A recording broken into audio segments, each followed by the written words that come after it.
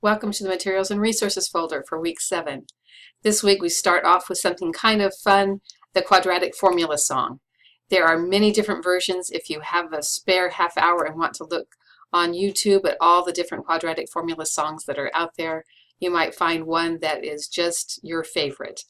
I'm also offering, if you want to do a video of yourself performing one of these quadratic formula songs or one of your own creations, let me know and we might have some extra credit opportunity for you doing that. That being said, we're going to be studying different ways to solve quadratic equations. And when we solve a quadratic equation, we're looking for our zeros, we call it, or our answer, or what x equals, or where our parabola crosses the x-axis. Those all mean the same thing. Usually it is two answers because it is to the square, so there are going to be two different solutions. But that will be explained in that first video, which are different ways to solve quadratics. Then we have one specifically just for factoring. If you can factor it, then you don't have to use the quadratic formula.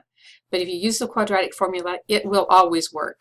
So if you have a question about whether to factor or use the quadratic formula, if you're familiar with the quadratic formula and don't have issues using it, it's just plug in the right numbers, then that perhaps is the easier way to go because it is always worthwhile.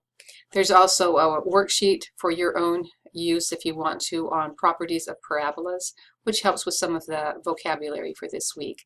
And then there, as always, are some homework helps at the end. Good luck through this week of quadratics.